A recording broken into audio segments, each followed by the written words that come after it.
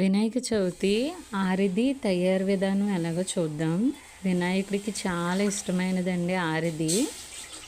చాలా ప్రదేశాల్లో చాలా రకాలుగా చేస్తారు. సో మనం వినాయకుడికి ఎలా చేసినా భక్తితో అయినా స్వీకరిస్తారు. ముందుగా ఒక బౌల్ తీసుకొని నేను అందులోకి ఒక 6 గ్లాసుల నీళ్లు పోసుకున్నాను. ఆల్రెడీ ముందుగా బియ్యం కడిగి ఆరబెట్టుకొని పిండి రెడీ చేసుకొని ఉంచుకున్నానండి. సో ఆ పిండిని పక్కన పెట్టుకున్నాను. వాటర్లో కొంచెం సాల్ట్ వేసుకోవాలి. ఇక్కడ పిండికి తగ్గట్టు వాటర్ ఏం కాదండి, వాటర్కి తగ్గట్టు పిండిని వేసుకోవాలి. మనం ఎంతైతే వాటర్ ఉన్నదో పిండి కట్టకుండా, అంటే పక్క నుంచి కలుపుతూ కూడా పిండిని ఎంత క్వాంటిటీ అయితే సరిపోతుందో అంతవరకు దాన్ని వేసుకుంటూ మిక్స్ చేసుకుంటూ కూడా మనం కలుపుతూ ఉండాలి. మనకి ఇక్కడ కలిపేటప్పుడే చాలా జాగ్రత్తగా కలపాలండి. మనం తాలికలు రెడీ చేయడానికి సులువుగా ఉండేలాగా పిండిని తయారు చేసుకోవాలి. పిండి కొంచెం ఎక్కువైనా తక్కువైనా కూడా మనకి తాలికలు సరిగా రావండి.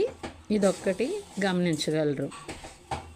నెక్స్ట్ ఈ పిండిని రెడీ చేసుకొని పక్కన పెట్టుకునేది ఆరే లోపల మనం బెల్లం పాకం రెడీ చేసుకుందాం. ఈ బెల్లం పాకానికి వచ్చి పిండికి తగ్గట్టుగా, అంటే పిండిలో మనం ఎంతైతే తీసుకున్నామో, ఫర్ ఎగ్జాంపుల్ 3 కప్పులు బియ్య పిండి అనుకోండి, దానికి ఒక కప్పు తగ్గించి ఒక 2 కప్పులు బెల్లం తీసుకుంటే మనకి స్వీట్నెస్ ఎక్కువగా ఉన్న వాళ్ళు ఎక్కువ తీసుకుంటారండి. సో మనం మన టేస్ట్కి తగ్గట్టు బెల్లంని ఒక బౌల్లో తీసుకొని పాకాన్ని రెడీ చేసుకోవాలి.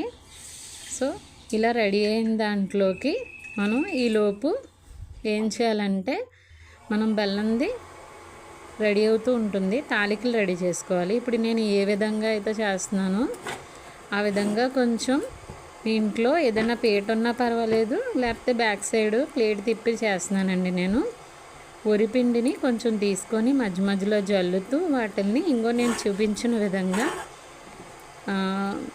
పొడవుగా, మరీ సన్నగా కాదు, అలాగే మరలాగా కాకుండా తాలికల్లాగా తయారు చేసుకొని పెట్టుకోవాలండి. ఇవి కూడా చాలా టైం పడుతుంది, అందుకే నేను ఈ లోపల బెల్లంది రెడీ చేసుకొని పెట్టుకోమన్నాను. సో రెడీ చేయడం అయిపోయిందండి. ఇంకోండి, ఇవన్నీ కూడా చాలా జాగ్రత్తగా ఆ బెల్లం పాకంలో వేయడం అనేది. పాకం అని కాదండి, మనం మరీ పాకం కింద చేయకూడదు, జస్ట్ మరగబెట్టాలి అంతే.